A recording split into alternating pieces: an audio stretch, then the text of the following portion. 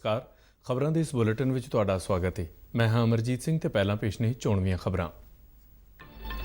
देशव्यापी सालाना साफ सफाई सर्वे स्वच्छ सर्वेखण 2020 के नतीजों का ऐलान। पंजाब के जलंधर कंटोनमेंट इलाके नूं देश का सब तो वधिया कंटोनमेंट इलाका ऐलानिया गया।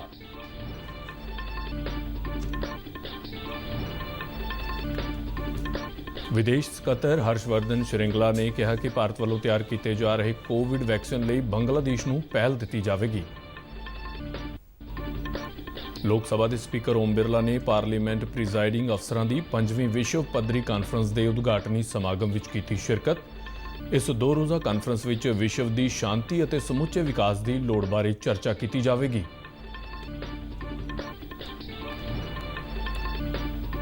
केंद्र सरकार ने मॉनसून के मद्देनज़र सूबियां और केंद्र शासित प्रदेशों नूं मच्छर तो पैदा होने वाली बीमारियों की रोकथाम लई दिशा निर्देश जारी किए। भारत में कोरोना वायरस की बीमारी तो ठीक होने वालों का आंकड़ा 20,96,664 हो गया है। कोरोना तो ठीक होने की दर 73.91% ते पहुंची। कुल मामलों की गिनती 28,76,925 हो गई है। पंजाब की मुख सकत्तर विनी महाजन ने दस्सिया है कि कोविड-19 के वध रहे मरीजों की संभाल लई सूबा सरकार पूरी तरह तैयार है।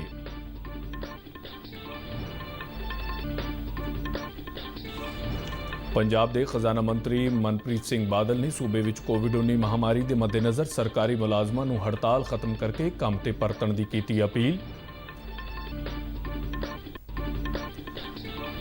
श्रीनगर में सुरक्षा दस्तियां नाल होए 2 ਵੱਖ-ਵੱਖ मुकाबलियां में 3 अतवादी मारे गए। ते हुण खबरां विस्तार नाल। देशव्यापी सालाना साफ सफाई सर्वे स्वच्छ सर्वेखण 2020 की 5वीं कड़ी के नतीजों का ऐलान कर दिता गया है। वर्चुअल माध्यम राही किए गए समागम की प्रधानगी केंद्रीय मकान उसारी और शहरी मामलों बारे मंत्री हरदीप सिंह पुरी ने की। इस सर्वे में देश के 4,242 शहरों 62 कंटोनमेंट जोनां गंगा दरिया नाल वसदे 92 शहरों के 1,87,00,000 लोगों ने हिस्सा लिया। पंजाब विचले जलंधर के कंटोनमेंट इलाके नूं देश का सब तो वधिया कंटोनमेंट इलाका ऐलानिया गया है। सूवेज ट्रीटमेंट प्लांट भी लगाया गया है। सार्वजनिक शौचालयों का भी सुधार कर उनकी साफ सफाई का ध्यान रखा जा रहा है। जालंधर कैंट स्वच्छ सर्वेक्षण 2020 में क्लीनेस्ट कैंटोनमेंट बोर्ड के स्थान।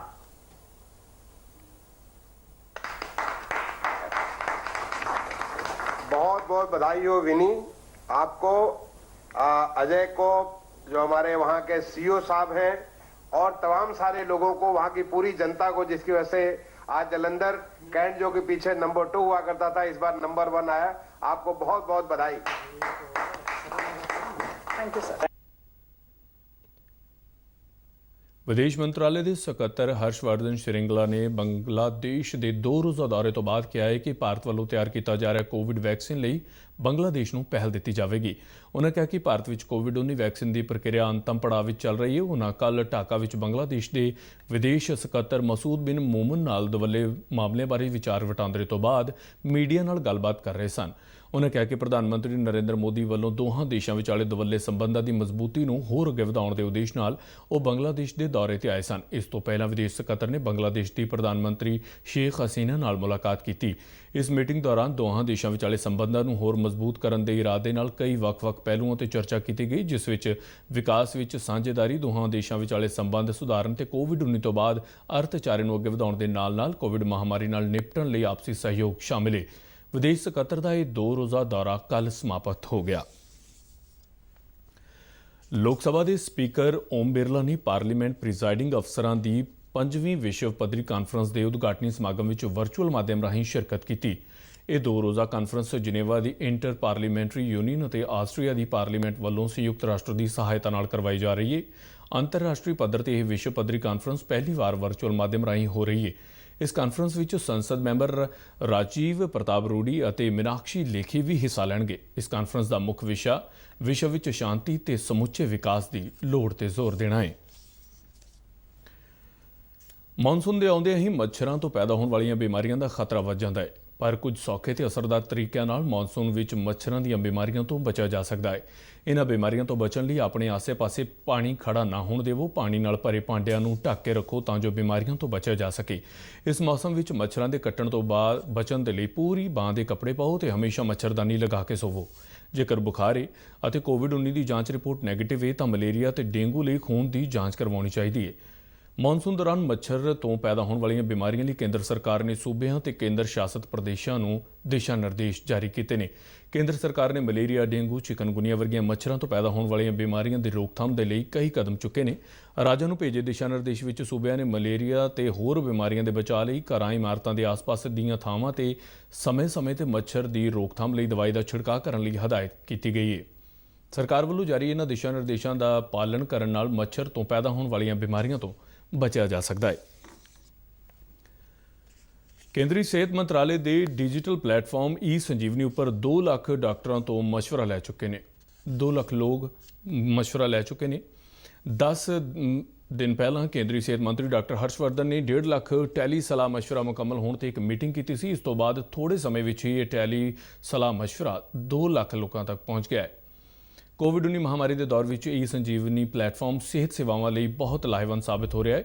ਇਹ ਸੇਵਾ ਆਯੁਸ਼ਮਾਨ ਭਾਰਤ ਸਿਹਤ ਤੇ ਵੈਲਨੈਸ ਕੇਂਦਰਾਂ ਰਾਹੀਂ ਦਿੱਤੀ ਜਾ ਰਹੀ ਹੈ। ਦੇਸ਼ ਭਰ ਵਿੱਚ 1.5 ਲੱਖ ਸਿਹਤ ਤੇ ਵੈਲਨੈਸ ਕੇਂਦਰ ਕੰਮ ਕਰ ਰਹੇ ਨੇ। ਇਹ ਸੇਵਾ ਹੁਣ ਤੱਕ 23 ਸੂਬਿਆਂ ਵਿੱਚ ਸ਼ੁਰੂ ਕੀਤੀ ਜਾ ਚੁੱਕੀ ਹੈ ਤੇ ਬਾਕੀ ਸੂਬਿਆਂ ਤੇ ਕੇਂਦਰ ਸ਼ਾਸਤ ਪ੍ਰਦੇਸ਼ਾਂ ਵਿੱਚ ਸ਼ੁਰੂ ਕਰਨ ਲਈ ਪ੍ਰਕਿਰਿਆ ਜਾਰੀ ਹੈ। ਭਾਰਤ ਵਿੱਚ ਕੋਰੋਨਾ ਵਾਇਰਸ ਬਿਮਾਰੀ ਤੋਂ ਠੀਕ ਹੋਣ ਵਾਲਿਆਂ ਦਾ ਅੰਕੜਾ 20,96,664 ਹੋ ਗਿਆ ਹੈ ਅਤੇ ਕੋਰੋਨਾ ਦੀ ਮੌਤ ਦਰ ਵਿੱਚ ਵੀ ਲਗਾਤਾਰ ਕਮੀ ਦਰਜ ਕੀਤੀ ਜਾ ਰਹੀ ਹੈ, ਜੋ ਇਸ ਸਮੇਂ 1.9% ਤੇ ਆ ਗਈ ਹੈ। ਕੇਂਦਰੀ ਸਿਹਤ ਮੰਤਰਾਲਾ ਅਨੁਸਾਰ ਬੀਤੇ ਦਿਨ ਭਾਰਤ ਵਿੱਚ ਰਿਕਾਰਡ 69,652 ਮਾਮਲੇ ਸਾਹਮਣੇ ਆਏ, ਜਿਸ ਨਾਲ ਕੁੱਲ ਮਰੀਜ਼ਾਂ ਦੀ ਗਿਣਤੀ 28,36,925 ਹੋ ਗਈ ਹੈ। ਕੋਰੋਨਾ ਤੋਂ ਠੀਕ ਹੋਣ ਦੀ ਦਰ ਵੱਧ ਕੇ 73.91% ਤੱਕ ਪਹੁੰਚ ਗਈ ਹੈ। ਇਸ ਸਮੇਂ ਦੇਸ਼ ਵਿੱਚ ਕੋਰੋਨਾ ਦੇ ਐਕਟਿਵ ਮਰੀਜ਼ਾਂ ਦੀ ਸੰਖਿਆ 6,86,395 ਹੈ। ਸਿਹਤ ਮੰਤਰਾਲਾ ਨੇ ਕਿਹਾ ਹੈ ਕਿ ਠੀਕ ਹੋਣ ਵਾਲਿਆਂ ਦੀ ਗਿਣਤੀ ਵਿੱਚ ਲਗਾਤਾਰ ਵਾਧਾ ਅਤੇ ਹੇਠਾਂ ਆ ਰਹੀ ਮੌਤ ਦਰ ਦਰਸਾਉਂਦੀ ਹੈ ਕਿ ਕੋਰੋਨਾ ਵਾਇਰਸ ਵਿਰੁੱਧ ਜੰਗ ਲਈ ਭਾਰਤ ਦੀ ਰਣਨੀਤੀ ਰੰਗ ਲਿਆ ਰਹੀ ਹੈ। ਪੰਜਾਬ ਵਿੱਚ ਕੋਵਿਡ-19 ਮਹਾਮਾਰੀ ਦੇ ਕੇਸਾਂ ਦੀ ਗਿਣਤੀ ਵੱਧ ਕੇ 36,084 ਹੋ ਗਈ ਹੈ। ਸੂਬੇ ਦੇ ਸਿਹਤ ਵਿਭਾਗ ਵੱਲੋਂ ਜਾਰੀ ਮੀਡੀਆ ਬੁਲੇਟਿਨ ਮੁਤਾਬਕ ਬੀਤੇ ਦਿਨ 1,693 ਨਵੇਂ ਕੇਸਾਂ ਦੀ ਪੁਸ਼ਟੀ ਹੋਈ ਹੈ। ਪੰਜਾਬ ਵਿੱਚ ਹੁਣ ਤੱਕ ਮਹਾਮਾਰੀ ਨਾਲ ਮੌਤਾਂ ਦੀ ਗਿਣਤੀ 921 ਦੇ ਕਰੀਬ ਪਹੁੰਚ ਗਈ ਹੈ। ਮੌਜੂਦਾ ਸਮੇਂ ਵਿੱਚ ਸੂਬੇ ਵਿੱਚ ਕੋਵਿਡ-19 ਦੇ 12,460 ਐਕਟਿਵ ਮਾਮਲੇ ਨੇ, ਜਿਨ੍ਹਾਂ ਵਿੱਚੋਂ ਸਭ ਤੋਂ ਵੱਧ ਜਲੰਧਰ 208, ਪਟਿਆਲਾ 117, ਲੁਧਿਆਣਾ 462, ਅੰਮ੍ਰਿਤਸਰ 86, ਮੋਹਾਲੀ 114, ਫਿਰੋਜ਼ਪੁਰ ਵਿੱਚ 111 ਮਰੀਜ਼ ਇਲਾਜ ਅਧੀਨ ਨੇ। ਹੁਣ ਤੱਕ 22,703 ਮਰੀਜ਼ ਸਿਹਤਯਾਬ ਹੋ ਕੇ ਘਰੀਂ ਪਰਤ ਚੁੱਕੇ ਨੇ। ਪੰਜਾਬ ਦੀ ਮੁੱਖ ਸਕੱਤਰ ਵਿਨੀ ਮਹਾਜਨ ਨੇ ਦੱਸਿਆ ਹੈ ਕਿ ਕੋਵਿਡ-19 ਦੇ ਵੱਧ ਰਹੇ ਮਰੀਜ਼ਾਂ ਦੀ ਸੰਭਾਲ ਲਈ ਸੂਬਾ ਸਰਕਾਰ ਪੂਰੀ ਤਰ੍ਹਾਂ ਤਿਆਰ ਹੈ ਤੇ ਸਰਕਾਰ ਨੇ ਮਰੀਜ਼ਾਂ ਨੂੰ ਬਿਹਤਰੀਨ ਸਿਹਤ ਸਹੂਲਤਾਂ ਮੁਹੱਈਆ ਕਰਵਾਉਣ ਲਈ ਪ੍ਰਾਈਵੇਟ ਸਿਹਤ ਸੰਭਾਲ ਖੇਤਰ ਨਾਲ ਭਾਈਵਾਲੀ ਕੀਤੀ ਹੈ ਤਾਂ ਜੋ ਸੂਬੇ ਵਿੱਚ ਪ੍ਰਾਪਤ ਵਸੀਲਿਆਂ ਦੀ ਸੁਚੱਜੀ ਵਰਤੋਂ ਕੀਤੀ ਜਾ ਸਕੇ। ਉਨ੍ਹਾਂ ਕਿਹਾ ਕਿ ਸੂਬੇ ਵਿੱਚ ਮੌਜੂਦਾ ਮਰੀਜ਼ਾਂ ਦੀ ਸੰਭਾਲ ਲਈ ਸਹੂਲਤਾਂ ਦੇ ਪੁਖਤਾ ਪ੍ਰਬੰਧ ਨੇ ਤੇ ਸੂਬੇ ਦੇ ਸਭ ਤੋਂ ਵੱਧ ਕੋਵਿਡ ਮਾਮਲਿਆਂ ਵਾਲੇ 4 ਜ਼ਿਲ੍ਹਿਆਂ ਲੁਧਿਆਣਾ, ਜਲੰਧਰ, ਪਟਿਆਲਾ ਤੇ ਅੰਮ੍ਰਿਤਸਰ ਵਿੱਚ 60% ਤੋਂ ਵੱਧ ਬੈੱਡ ਖਾਲੀ ਨੇ। ਇਸੇ ਤਰ੍ਹਾਂ ਇਹਨਾਂ 4 ਜ਼ਿਲ੍ਹਿਆਂ ਵਿੱਚ ਤੀਜੇ ਪੱਧਰ ਦੀਆਂ ਸਹੂਲਤਾਂ ਦੇਣ ਲਈ 40% ਤੋਂ ਵੱਧ ਬੈੱਡ ਖਾਲੀ ਨੇ। ਭਾਵੇਂ ਸੂਬੇ ਵਿੱਚ ਵੱਧ ਰਹੇ ਮਾਮਲਿਆਂ ਦੇ ਮੱਦੇਨਜ਼ਰ ਗੰਭੀਰ ਮਰੀਜ਼ਾਂ ਦੀ ਹਸਪਤਾਲ ICU ਵਿੱਚ ਗਿਣਤੀ ਵਧੀ ਹੈ, ਪਰ ਪੰਜਾਬ ਵਿੱਚ ਸਥਿਤੀ ਓਨੀ ਗੰਭੀਰ ਨਹੀਂ ਹੈ ਜਿੰਨੀ ਖਬਰਾਂ ਵਿੱਚ ਦੱਸੀ ਜਾ ਰਹੀ ਹੈ।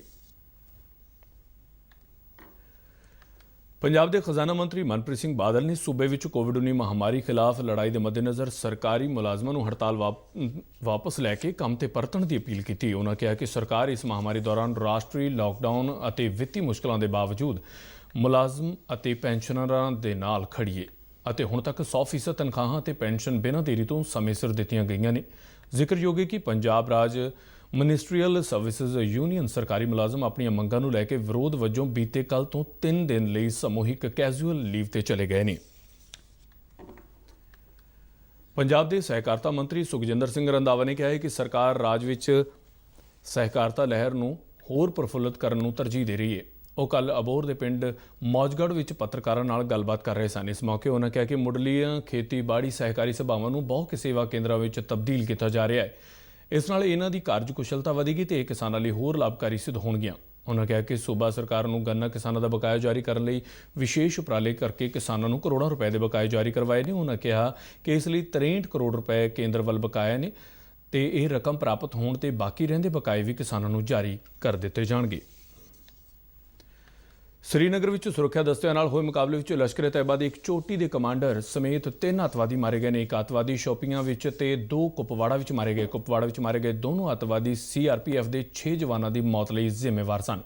ਸੁਰੱਖਿਆ ਦਸਤਿਆਂ ਨੇ ਪੱਕੀ ਸੂ ਮਿਲਣ ਤੇ ਸ਼ੋਪੀਆ ਦੇ ਚਿਤਰਾਗਮ ਪਿੰਡ ਨੂੰ ਘੇਰਾ ਪਾ ਕੇ ਕੀਤੀ ਤਲਾਸ਼ੀ ਮੁਹਿੰਮ ਦੌਰਾਨ ਇਹਨਾਂ ਅੱਤਵਾਦੀਆਂ ਦੇ ਉੱਥੇ ਛੁਪੇ ਹੋਣ ਬਾਰੇ ਪਤਾ ਲੱਗਾ ਸੀ। इस तलाशी मुहिम दौरान अतवादियों ने सुरक्षा दस्तियां ते गोलियां चलाउणियां शुरू कर दित्तियां, जिस दी जवाबी कार्रवाई दे विच अतवादी मारे गए। इस दे नाल ही खबरां दा यह बुलेटिन इत्थे खत्म हुंदा है। नमस्कार।